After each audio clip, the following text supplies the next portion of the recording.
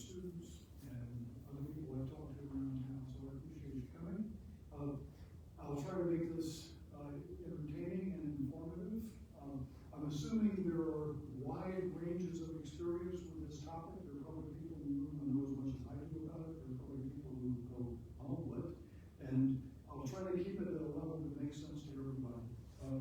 These are my bona fides. Professor of psychology emeritus means I've retired, but I haven't died yet.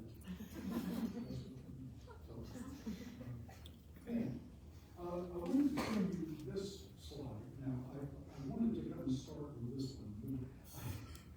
One of the problems with talking about psychedelics is you have to be careful not to freak people out, because there is a baggage to this, there's a history to it. And so I didn't want to have that be a slide just how we walked in, I just like it a lot on the internet. And I can't tell you that's what the experience of psychedelics is like, but some people have said, yeah, except for the portable, it's kind of like that. But let me explain how I got to be where I am, and let me tell you that my disclaimer is that yes, I'm a hippie, that's true. I have a Volkswagen bus, curtains, long hair, okay, but I was not into psychedelics. I had friends who were. I had friends who said, here, you want to try this? Handed me a handful of something, and I was like, no, I don't know. Go ahead, but not me. Okay, so this is not part of my history. I'm not a fanatic about it. I just ran into it a little bit later. I mentioned that part. I did teach classes for 37 years, and I have a short attention span. So I didn't want to teach the same thing all the time, so I taught over 100, I can't remember once it was like 17 different classes or something. So I knew a lot about a lot of things, or a little about a lot of things. And I have found that doing this kind of work, a lot of what I already knew really comes into play. And I'll talk about that a little bit. The way I got into psychedelics is an interesting story. I used to take students, and I always take books to read. Now, my wife is into meditation, and her idea of a good time is to go on a 2-week silent retreat where you don't talk to people, you don't even look at them, but you enjoy them being there, and this works very well for them, and it's a good thing. So, and I've tried it, and I wanted to learn a little bit more about it. So, when I go to Jamaica, I have a lot of downtime, so I take a book to read. And I got a book, a very thin book, called Buddhism Plain and Simple, which is about meditation. And I thought I'm going to read that book 3 or 4 times, and I'm going to know more about this. And when I was in the Miami bookstore, there's a book back here on the table by Michael Pollan called How to Change Your Mind. Now, I had read a few things by Michael Pollan, so I liked him. He's a scientific writer. So I just got the book. I didn't know what the book was about. I just listened to it. And I had 2 books. So I go to Jamaica. I'm reading the Buddhism book, and again, we've got a short attention span. So I read this book, and then I put it down, I read this book, and I go back and forth, back and forth. And I get about halfway through. And what I noticed, completely on my own, was that when they're talking about meditation and the experience of deep meditation, if you've done this for a long time, like heavy-duty meditation, when they talk about what that's like, and what Paul was talking about in his book, which turned out to be about psychedelics, they use the same phrases. And I noticed this myself. I said, they're using the same phrases. And I kind of went, click, they're talking about the same thing. At least, not complete overlap, but some of the same mind space, if you want to look at it that way. And Paul, later on in his book, talks about exactly that, because he talks about brain studies of people who were meditating and people who were on psychedelics and the similarities of what the brain seems to be doing. So that's pretty well established that they do sort of the same things. Now again, there are a lot of ways to think about this, and one way to think about it is, okay, I can meditate for 30 years, or I can take some psychedelics and have perhaps somewhat the same experience. Okay? So anyway, that's one of the thoughts I had. The other thing that Paul talked about in his book, though, which is really why we're here, is he talked about the history of using psychedelics in therapy. And I had to confess, I didn't know anything about that. I didn't know the psychologists had done that. So I was really, and what he said was, it seems to work pretty well, actually. And we're talking about that a bit. So I got more interested. I came back and I looked up, actually I typed in psychonaut, which is what people in the psychedelic field call themselves. Not astronauts, but psychonauts. Psychonauts, Wisconsin. And the Madison Psychedelic Society popped up.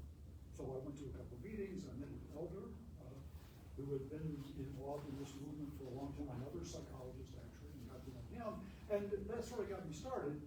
Then I thought, well, I need some training in this. Okay, if I'm going to do this kind of therapy or even learn more about it, I need to get some training. I looked around. There's a school with the California Institute for Electrical Studies. All their classes are full. And I thought, okay, let me just do an internet search. And I found a group called Fluids, which it turns out to be one of the very best training groups that there is. And I was able to get into that. So I've done some training with that. I have certificates in psychedelic harm reduction and integration and in ketamine assisted psychotherapy. So I have nice shiny certificates that are worth the paper that they're printed on, except they do represent the amount of training I have. So they're not licenses in themselves.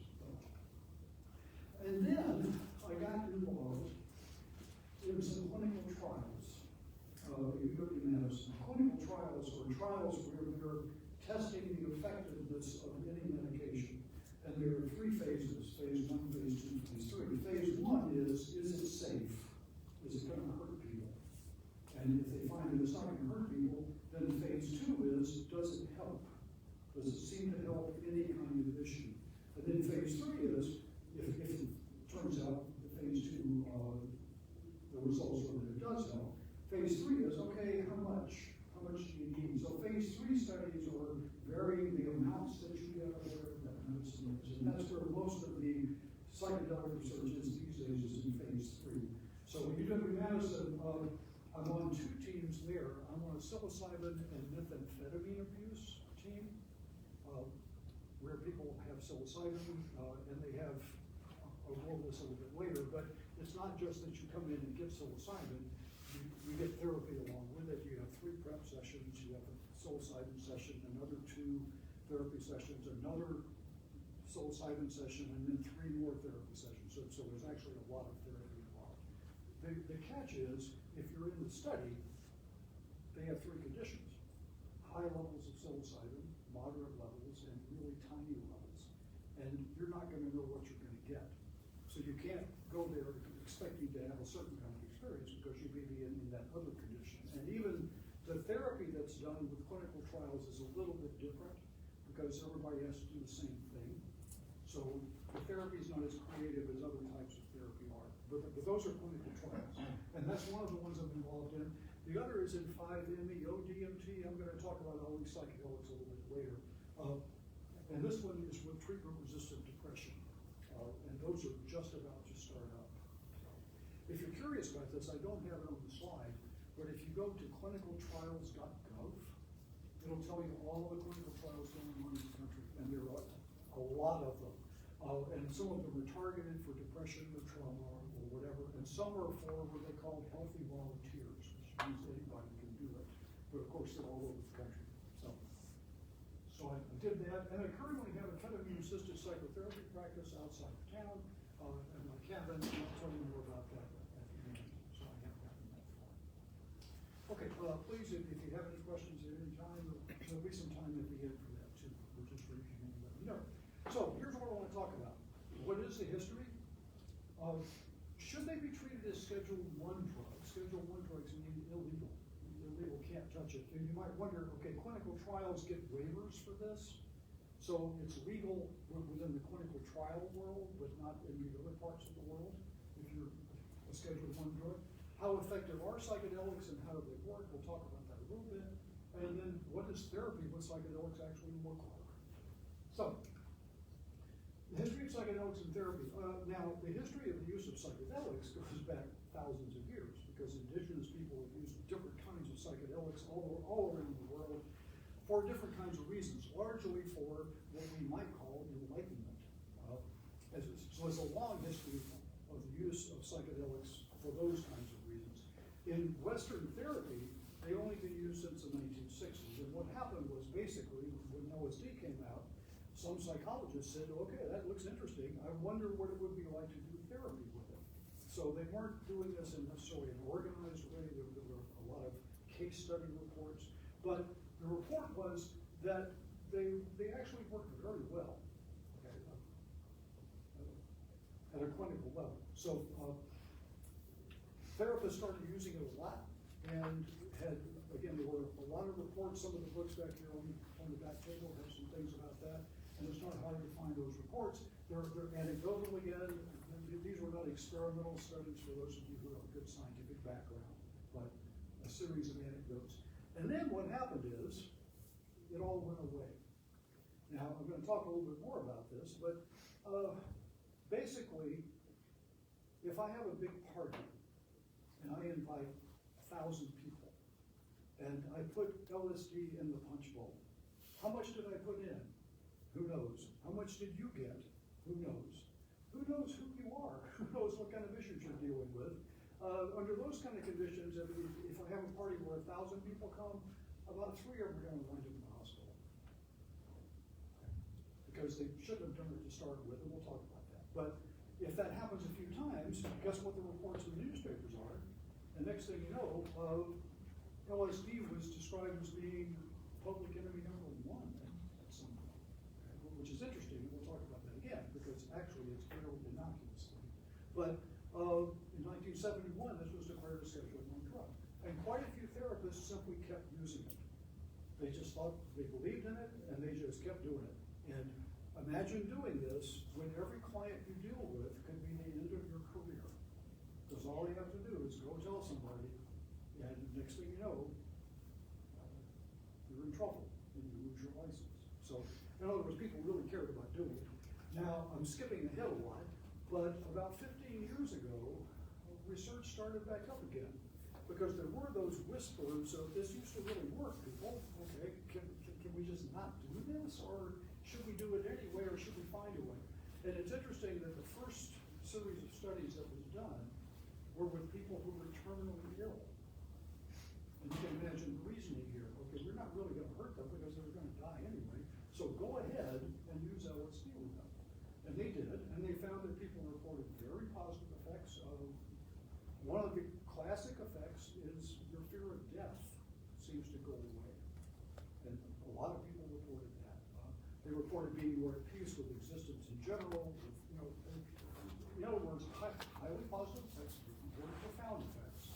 And that was kind of the beginning of what you might call a renaissance. It hasn't been a smooth thing. And if you've been paying attention to the news, MDMA just got turned down by the FDA.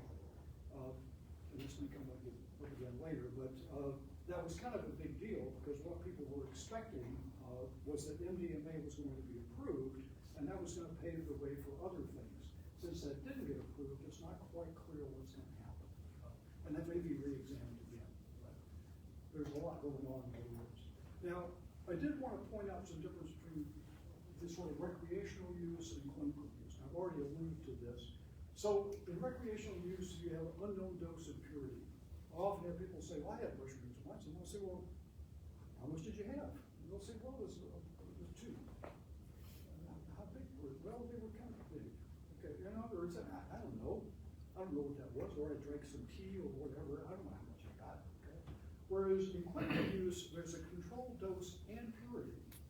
So we're very careful with this. We know what we're using, and we know exactly how much we're using, and we're probably going to calibrate it with your body weight, although it doesn't seem to matter for some of the psychedelics. Environment controlled or not. You're at a party. The environment is pretty much uncontrolled. It may even be chaotic. Maybe you're at a concert. Okay? Or you're in a controlled and positive environment, what we call in the container. My job is to create a safe container for you. Nice environment, nice music. I'm trained in first aid. Never had to use that. Don't expect to ever have to use it, but this environment is going to be kind of nice. It's not chaotic. Okay, support systems, uncertain or not. Is somebody looking after you at that party? Did you tell somebody to look after you? Are they still looking? Okay, now, I'm going to be looking at you. I'm going to be not staring at you, but I'm going to be there the whole time. In the psilocybin trials of Madison, there are actually 2 professionals in the room the whole time. And we're watching them. And we're taking care of you. So nothing's going to happen that we're not going to see. Screening for potential danger. Okay, now, Jason? Yes, sir. Jason happens to have schizophrenia. Just thinking, I'm making this up. No, he doesn't. We traveled together in Nepal, so I don't know he had those kinds of issues. But let's just pretend he does. Okay, Jason's thinking is too loose. I would say if he came to me to do psychedelics, I'd say, shouldn't do this. It's probably going to be okay. Actually, the results are a little bit ambiguous about that. It doesn't seem to be a bad idea, but it's not as clearly a good idea as it is for other people. So if I do screening, I don't give it to Jason. Now, at the party, of course, nobody says, hey, should you be doing this? So there's no screening there. But it's an important part of it. And of course, if his blood pressure is too high, the nurse practitioner is going to pick that up. Because what ketamine will do, for example, it's kind of like walking up a flight of stairs. It's going to raise your blood pressure a little bit, heart rate a little bit. So that might be important for some people. Okay, and we know that kind of thing. So the screening is very important in the clinical work. Recreationally, nobody's going to help you process anything either because that's not part of the process. Whereas in the therapeutic situation, in the clinical setting, that's a very large part of the process. Is let me help you process this. I will not tell you what anything means. I'm not going to interpret anything for you, but I'm going to say, can you tell me more about that? And I might say, how did that feel in your body? Because we want to get away from the intellectual experience. Psychedelic experience takes a lot of different forms, and a good therapist can help you talk about all of that. So you have that person doing that in the clinical work, and you don't have it in the recreational work. Okay, so the effectiveness, I'm going to sort of generalize here. They work 2 to 3 times better than any other medicine that you can take. I'm comparing them to antidepressants and things like that. Now, I want to take this apart a little bit. 2 to 3 times better. Does that mean it helps everybody? No. Does it mean we can tell you how much it's going to help? Nope. Can we tell you if it's going to help? Nope. We can't do that either. But it does seem to work 2 or 3 times better than any other thing that you can put in your body. The common report for people is that they have a year's therapy progress in 1 session. If you've ever had therapy, you know it's very hard to change patterns in your life. You can look at it really hard, you can make progress. The reports here are that the progress comes much more quickly, often during the session itself. And I've seen that happen myself in the work that I've done. It's been called the first new medicine in 50 years. And that's factually true. The antidepressants we take are all about 50 years old. We know what they do, we know what they don't do. When I taught courses on this, it was pretty clear that antidepressants, it's hard to find good evidence that they work better than placebos, particularly if the placebos are what we call active placebos. That is, you feel something, so you feel like you've taken something. Now, let me say very quickly, if you're on antidepressants and they're working for you, that's great because they work for some people. So certainly don't go off of them. But in terms of the experimental results, they're not very strong. And they've all we've had for the last 50 years. So there is some optimism about using psychedelics in that way. Hours instead of weeks. During the session itself, I'll talk about the sequence in a little while. The idea is that, well, I'll go to the next slide. And there are a few side effects, and the side effects are typically felt during the session, and they're the psychedelic effect. They're the idea that my mind is doing unusual things. It's not high anxiety, it's not those kind of things. It's just during the session, you're traveling. And for some people, that's a little uncomfortable. So, this is a chart I got 2 years ago from a friend of mine who does research at the University of Minnesota. By the way, I've got some handouts here that have some of these slides on them. It's got this one if you want to take one home. Because it's a lot to look at all at once. Ayahuasca, if you look at the solid lines, these are published evidence. in humans. Ayahuasca has been used for addiction. It's an unusual thing, sort of counterintuitive to some people, that psychedelics work very well for the treatment of addiction. Now keep in mind here, we're talking about a single dose. This is not something that you take every day. So it's not conducive to addiction, really. I've got another slide on that. But you can see the different levels of results here. Ketamine is here, MDMA. I'm going to go over all of these in just a few minutes individually. But basically the idea is there's actually a lot of evidence here that these help a variety of conditions. Okay. And again, I've got this on the handout if you want to look at it. Now, the typical effects, it's important to keep in mind that psychedelics are not all doing the same thing. Psilocybin and LSD are mostly working on serotonin, and the different ones work on different neurotransmitters. Ketamine works on glutamate. So they're not doing exactly the same thing in the body, but they seem to do sort of the same thing in the mind. You do get more acceptance of mortality, and you get a loosened thinking of, I forgot to bring my prop. I've got a little snow globe, and this is my sort of metaphor for what ketamine or what the other psychedelics do. You've gotten into a pattern that's not quite working, and what these do is sort of turn the snow globe over. And now everything's in the air or in the water, and it settles again. And if you have the idea that the mind has healing properties the way the body does, it settles a little better. And that's really the whole idea. And they all seem to work about that way. And I'm going to give you my opinion on this. I have not seen any evidence that any particular psychedelics work any better than any others, with the exception of ibogaine. So at this point, I think they're all working by the same process. I think that's about all we know. You can talk about neurotransmitters and neurons branching out more. There's some evidence for that in mice.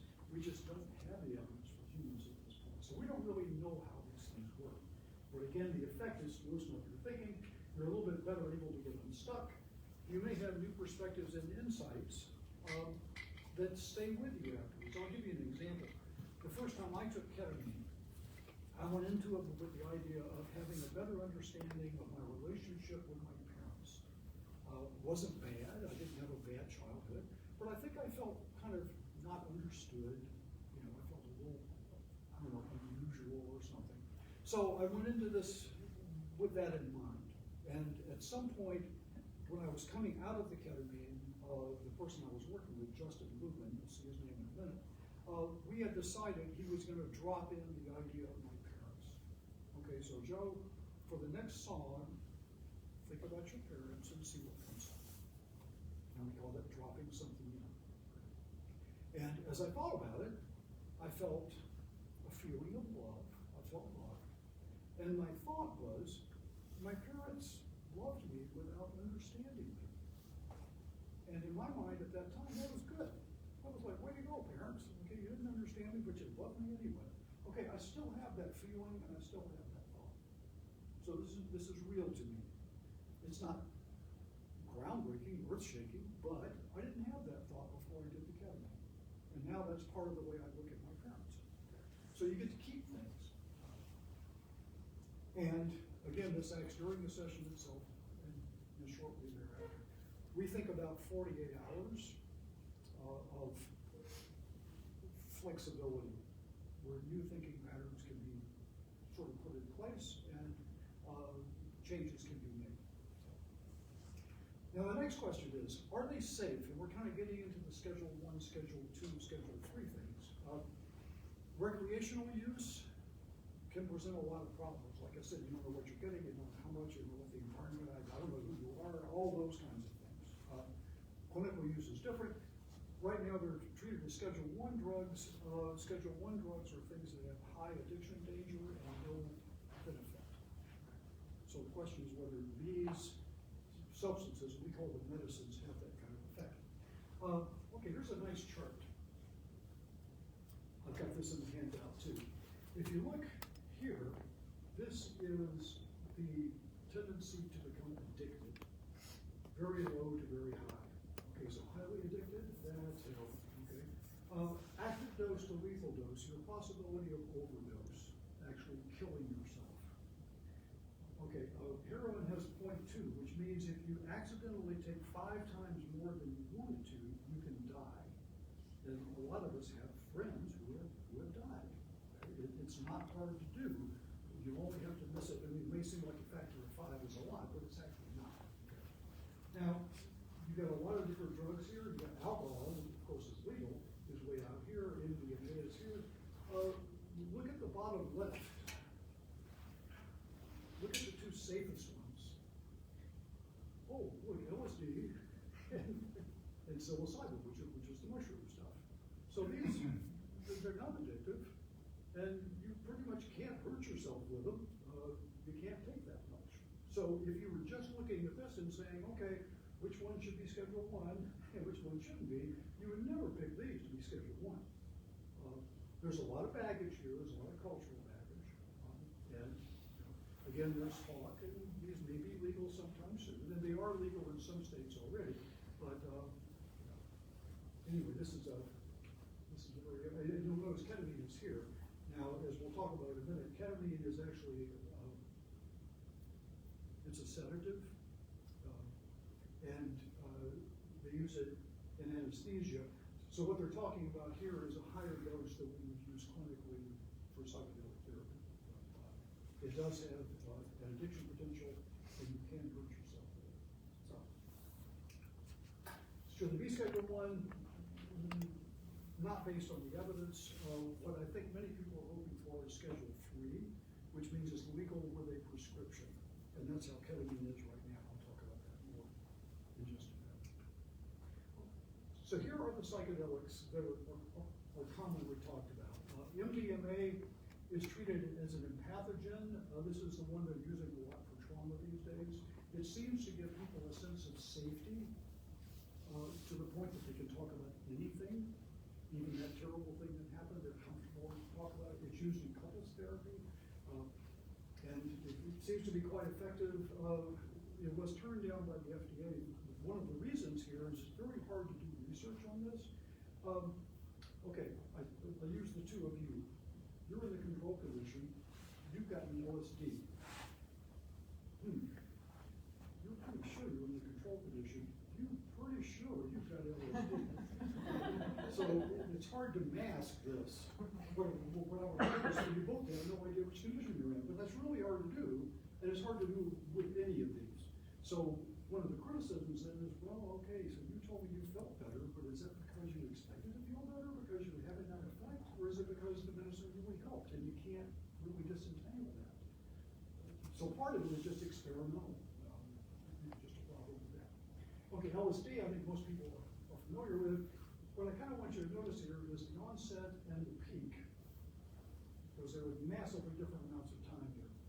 Psilocybin, ketamine has an asterisk because it's legal with prescription. Ayahuasca, ibogaine, which is more from Africa. 5-MeO-DMT. 5-MeO-DMT is also called the toad. They used to get it from the toad in northern Mexico. They don't do that anymore. The toads are happier. They make it synthetically. This one has exclamation marks because it's been called the Everest of psychedelics. For many people, they can kind of resist the effects of some of the psychedelics and kind of sort of not try to go too far away. Apparently with 5-MeO-DMT, that's just not going to happen. You're just going to be gone. And you're only going to be gone for about 30 minutes, although to you, apparently time doesn't exist while you're in that state. I've never had that experience yet. My life's so fast. 1 minute. You're there. That's what I hear. Bad. Now, question for you. If these all work the same, let's just imagine for a moment they're all equally clinically effective. Which one would you use? One that can end before your session's up. So the joke in the psychedelic field is that you can use LSD, but you're going to miss lunch and dinner. Right? You can use psilocybin, and you're going to miss lunch, but you can make dinner. 5-MeO-DMT, you can run 5 people in a day. So part of it is simply practical. Oh, and by the way, I'm running these clinical things, so So I have to pay therapists. When I did a psilocybin trial, I spent 8 hours watching the person on a couch. Didn't do much. You had to go pee a couple of times. That was about it. And we talked some at the end of it, but for a long time, it's just like, nothing happening here. But I got paid for it. So again, there's money involved. So, ibogaine, which I mentioned, is from Africa. This one, 18 to 36 hours. And apparently it's pretty intense for the whole time. Seems to be really clinically effective, but you have to be willing to do that. And of course it's illegal too, although in Mexico it's apparently not. Things are kind of happening around the world. And these are all, I don't think this is on camera. Okay, why I like to use ketamine. When I first got trained at Fluence, I thought, okay, this is all interesting stuff, but how am I going to do this? Because it's actually illegal. And maybe it's going to be legal someday. Maybe. Okay? But right now it's not. And I had this vision of the sheriff driving up in my driveway. And I didn't want to see that. And my wife said, I don't want to visit you in prison. So I wasn't really sure what I was going to do. But then I heard about ketamine, and the thing I heard about ketamine was that it's legal. I was like, well, why are we talking about all this other stuff then? And there are some reasons for that. I'll get to in a minute. But I like to use it because, first, it's safe. The history of ketamine is that it's been used as an anesthetic around the world for 50 years. And it's been used a lot. It was used a lot in Vietnam. It's a very safe, again, it raises blood pressure just a little bit. But other than that, it's really a safe thing to use. And that's the first question we always ask. It's cheap. It doesn't actually cost much. The medicine for one of my sessions cost about $25, $30. There's not even a lot of money to be made with this, which is not true for some of the other psychedelics. People are hoping to patent things and make a lot of money. And that was also part of the problem with the MDMA trials. They may have cut corners because they were trying to get it approved so they could make a lot of money off of this. With ketamine, that's not much of an issue. However, there is something called esketamine that has been patented. They reversed a molecule, and they called it something new. And this fits within sort of the American medical system where it's really expensive, but your insurance might cover most of it. So there's still a lot of money changing hands. It's just not necessarily yours. And it's the only one that is FDA approved for treatment-resistant depression. So it is approved for that, so insurance will cover it. Ketamine is a Schedule III drug. It's legal with a prescription. It's prescribed off-label.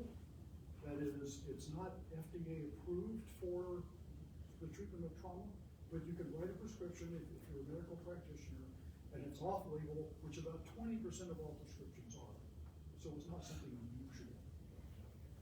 It's perfectly legal like that. It doesn't carry the baggage of other psychedelics.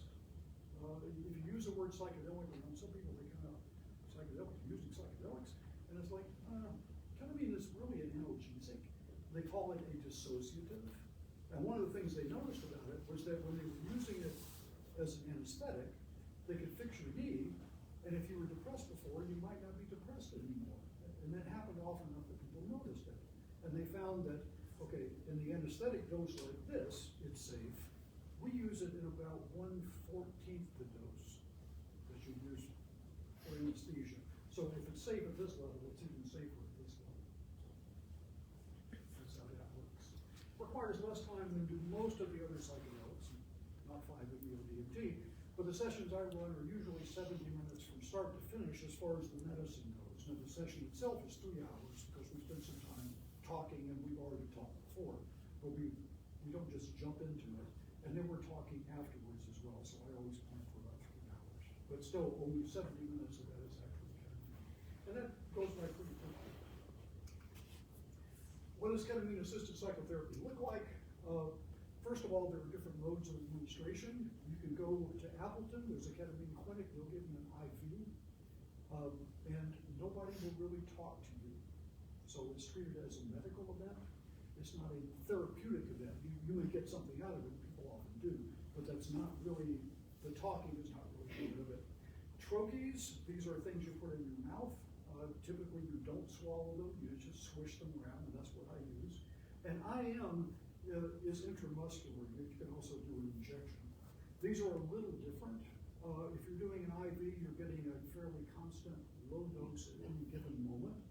If you're doing the IM, you're getting them all at once. And if you're doing the troche in your mouth, it's being absorbed by your gum levels, and we're getting it gradually over time. We actually do 2 doses. But those are different ways of giving it. So if you were going to do this, the first thing you do is you talk to a nurse practitioner to get medically cleared, and they do the prescribing. If I'm doing this with you, I would do a preparation session that usually takes 1 to 2 hours, usually closer to 2. I like to get to know you a little bit. I usually do a values exercise just to help you clarify what your values are. They kind of put you in a good state of mind as you get ready to have the experience itself. The dosing session, I use troches. This is a tablet that's dissolved in your mouth and swished. The taste has been described in different ways. I think if it was a drink, you probably wouldn't order it. You know, it's not pleasant, but it's tolerable is what people do. And I've had it myself, and that was my experience. The session consists of 2 doses, a total of about 300 to 400 milligrams. Now, I want to be exact about this. This is how much the tablets are. Well, there's about a 20% bioavailability, which means you're only getting about 20% of that in terms of ketamine. So you're not getting that much ketamine. You're just getting that much of a tablet. And as I said, it lasts about 70 minutes, followed by about an hour of processing. So we'll talk about that. And then there's an integration session within 48 hours. So it's a 1, 2, 3. Prep session, dosing session, integration. And in integration, what we're going to do is talk about how this relates to your life, how you can maintain any changes you would like to make, and what else you got out of it. Sometimes something else occurs to you, sometimes you do dreams. The point is you're in that sort of malleable state of mind for about 48 hours after the session. Now, excuse me, at that point, we're done. Now, you can have another session if you want to, but that's going to be weeks later. And different clinics do it different ways. What I found is that in some clinics, if you go in, they have you sign up for 6 doses. And you might do it every other day. You might do it once a week. There seem to be no real rules about this. There's no research on what really works better. I've talked to people about it, and what they tell me is, well, I've done this, and this is what happened. And the phrase the Wild West has been used a few times, where there's just not a lot of research on the exact way of doing this. Again, it's a safe medicine, how you use it there, but there is a little bit of blur about how to do it. I myself would prefer to do fewer sessions. I've had people come back for 2, sometimes 3, but you know, if you want to just do 1, that's fine with me. And I don't push for that second session. This is where I do it. This is my little cabin out in the country. This is the porch. We're in warm weather, we do it out there. And in cold weather, we do it inside, and that's my chair, and I can lie you back in that. And if you'd rather be on the couch, that's fine too. We'll do it any way that you want to do it. We play music, and it's a peaceful kind of thing. And if you were curious about this and you want to get started, there's a company called Perspective Wellness down in Milwaukee. This is run by Justin Rubin. I ran into him at a psychedelic conference. He told me he had the cheapest ketamine clinic in the country, and I think that's true. His priority is access, and that's my priority as well. If you want to work with me, or if you have questions, you can email me there or call me there. If you go to perspectivewellness.org and look under Teams, you'll find me there, and there's a link there that you can use to come in with me. If you just come in through Perspective Wellness, you're working with Justin instead of me. So if you want me, you have to click on that link.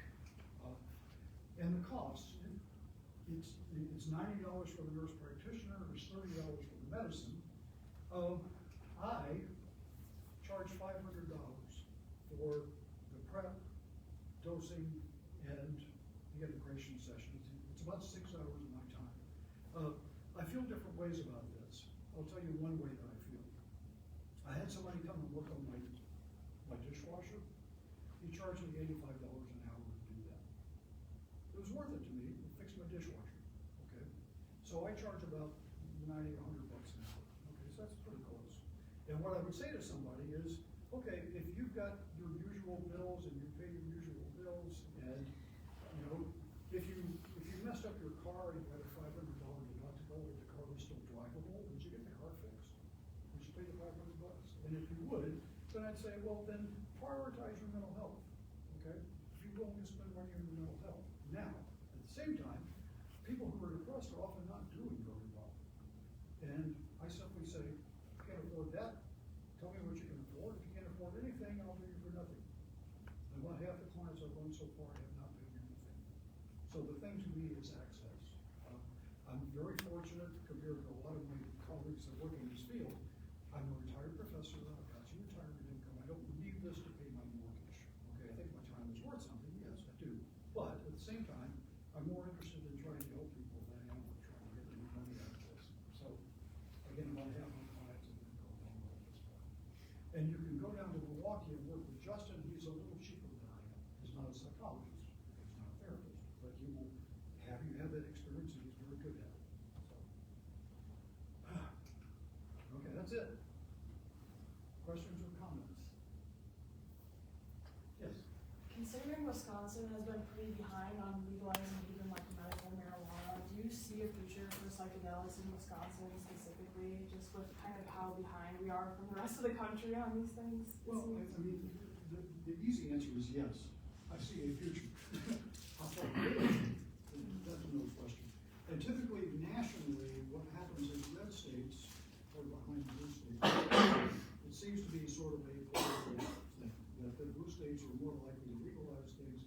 Wisconsin doesn't even have legalized marijuana for medical reasons at this point. And what has been used as an argument, though, and I thought it was going to be more successful than it's turned out to be, everybody cares about veterans.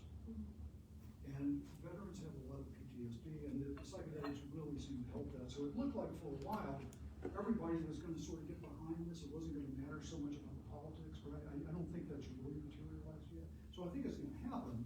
The question is, when's it going to happen?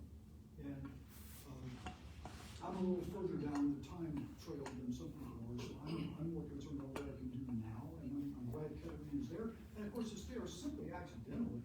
I mean, it just happens to be a Schedule III drug, and it just happens to have effects that are like psychedelics. You know? So we can use that, so I'm happy using that right now. I think the field will benefit if we can get more things out there, although again, I haven't seen the evidence that anything works better than anything else.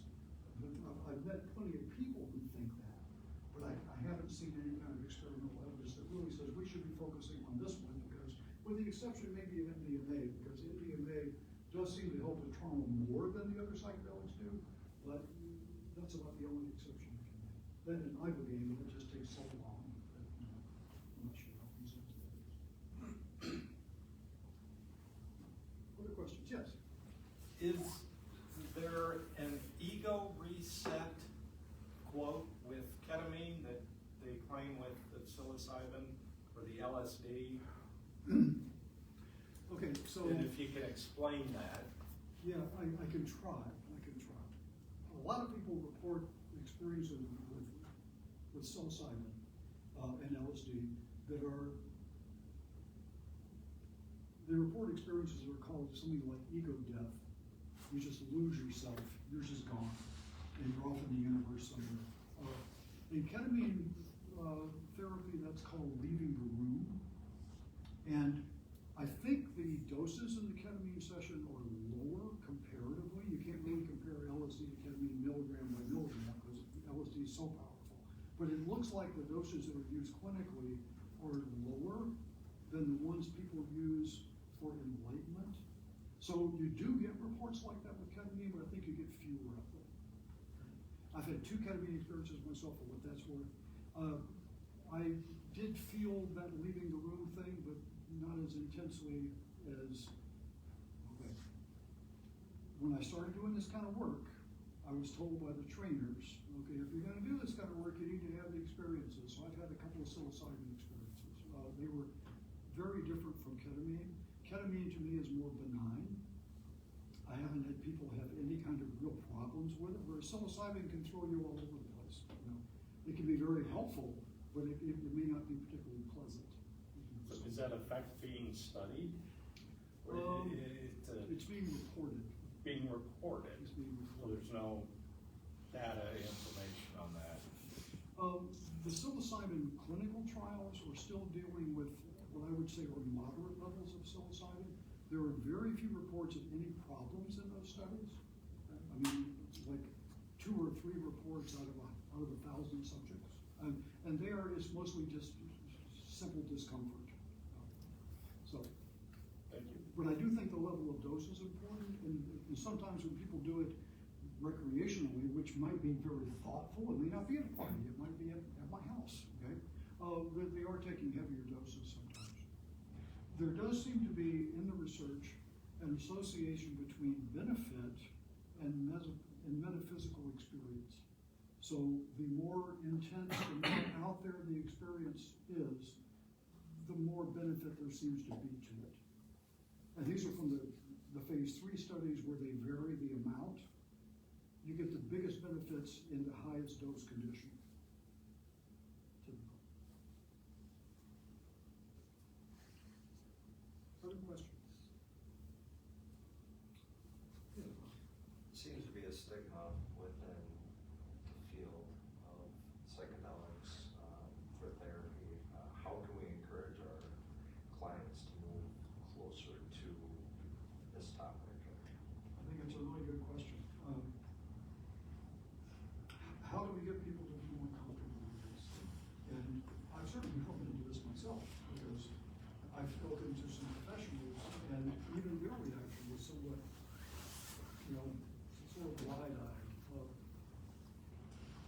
What the field has tried to do, they tried to do a couple of things. They tried to focus on the data and say, look, this really helps people.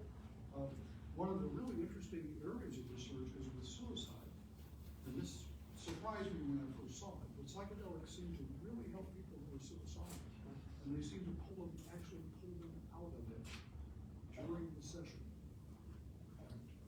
There's no guarantee they're not going to go back in, but people who are suicidal simply say, I don't feel that way anymore. And that's pretty powerful. Right? So I think seeing examples of that might be a good thing to show people. But it's very different.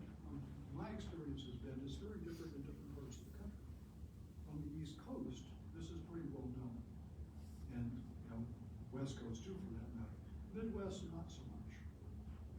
And we're often a little behind in some of the cutting edge things, but so I think it's been a little bit careful. It's been interesting here. This is the first public talk that I've given on this, and I've been kind of slow about it, and that was okay. And I wondered how to bring it up that doesn't freak people out. It's one of the concerns. I don't have a complete answer to it.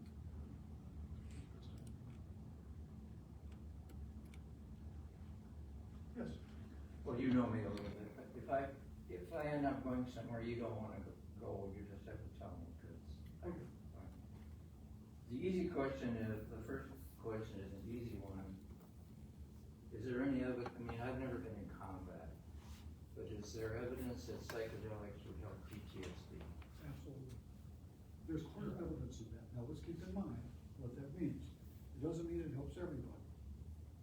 It means compared to not using psychedelics, it produces a cure rate that is between 30 and 50%.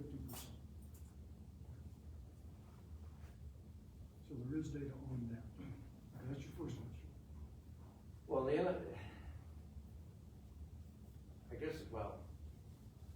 have the term mental health. Whenever I hear people talk about mental health, my first thought is, are these the people that think that 67 minus 34 equals 15? Because it seems to me what we're really talking about are people's emotions. Not your mind, I understand your mind and your emotions all work together, but it seems more like we're talking about dealing with people's emotions. I think that's true. And I know how to be depressed, and I don't know where. I've never heard voices, and I don't think I'm schizophrenic or things like that. But I do, and now that I'm older, be more honest. What's wrong with being depressed anyway? I mean, there are times when I say to myself, you know, being depressed and feeling sorry for myself are one of the great pleasures of life. Well, I mean, I'm not that way every day, but there are times that. Okay, let me try to frame an answer to that. I think it's important to be able to sit with our emotions. And the idea that we're gonna be happy all the time, it's not gonna happen. And I think negative emotions provide flavor to life. Now, in my experience, teaching for a long time, I've had a lot of students, and because I taught courses about this kind of thing, and usually had students write journals, I got to know people pretty well. And I've certainly had students over the years who were very depressed. Not depressed in a way that was interesting to them in any kind of way, but depressed in a way that was just flattening, where they couldn't get out of bed, couldn't do anything, couldn't feel pleasure in any kind of way. And that's what I think of as clinical depression. Okay, I mean, I can say I've been depressed, but it's hard to imagine how some people feel. And I think those levels of depression are what we would typically call dysfunctional. That is, your life doesn't work if you're that depressed. You can't go to work, you can't go to class, whatever the thing is, and you just experience no joy in the world. And I think people like that, it's important to help them if we can, so they don't have to feel that bad. And the psychedelics do seem to do that. Now again, not for everybody, not every time, but if we make the decision that those kind of people ought to be helped, then the question becomes, what's the best way to help them? And there's not a single answer. We can support them if they're a family member, we can love them. But if we have a way of pulling them out of that pit, I think it's worth trying it.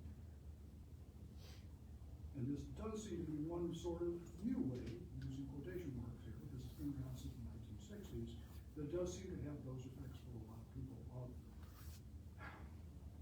I don't want to go too much into my own personal experiences with clients, but I have worked with clients who are very depressed, and I have seen them come out of it during a session. Now, the difficulty there is, I may have a life, if I'm a client who's depressed, I may have a life that is formed around my depression, and if my depression is gone, my life is still in the same form.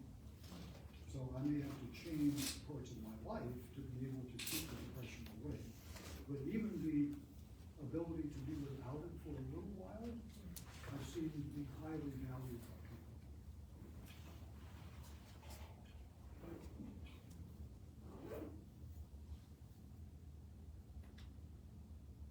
Anybody else? If you have a follow-up, go ahead. Well, yeah, do you have to be, does lithium have to be prescribed? Lithium does. Okay, well then I was prescribed lithium once. And I took it, and I remember I was driving on the road, and I was going around this big looping curve, and I remember thinking to myself, yeah, this is working. It really evened me out. Yep. Problem is, I didn't like being evened out. I had a good friend a long time ago. The lithium is usually prescribed for bipolar disorder. And I had a friend who would have really high highs and really low lows. She tried taking lithium, she felt evened out, and she didn't like it. And she decided to sleep through the lows and live through highs. And that worked at least for a little while. But a common report of people who are taking that particular drug is that they just feel flat. They don't feel up or down, and that's not really life. At the same time, if you're disordered, if the difficulty is making your life difficult, it's worth trying something. So I'm not going to speak negatively about all medication for all mental health. I think sometimes they're very useful. But you're right, for me, I guess the feeling was, it's making me blank, emotionally blank. It's a common. And my thought was, I would rather be depressed than blank. It's a common. And I think what you're describing is an adult